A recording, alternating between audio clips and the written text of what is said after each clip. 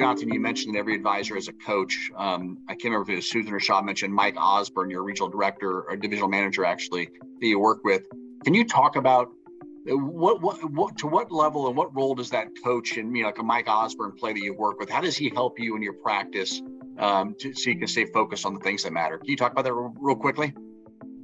As an example, if I had a large client that I wanted to onboard and I didn't feel like I necessarily had the expertise to be able to carry on a wealth planning conversation with them, I wanted just a little bit more technical information, Mike's always a great resource to be able to help me to do that. He's also great at connecting me with the right people. If I have, as an example, I had a client just the other day that was interested in some special type of investment, and they were thinking about maybe changing their portfolios, and it was a little bit over my head in that respect. And so I called Mike up and I said, hey, what do you think?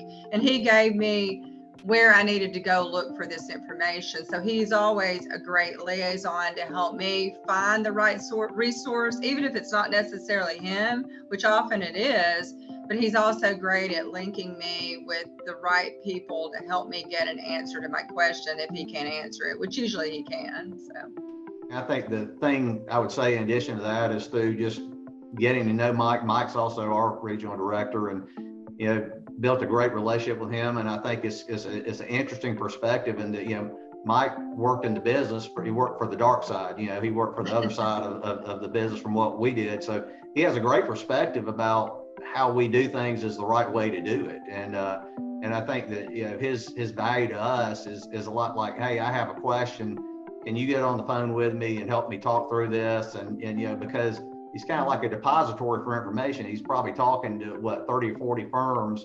And so if I'm running across a situation, it might be another firm that is also run across that and might have found a solution. So he can either get the information and pass it along to me or connect me with someone. And he's done that for us and reached out to us to try to connect us with other people to try to help them out as well.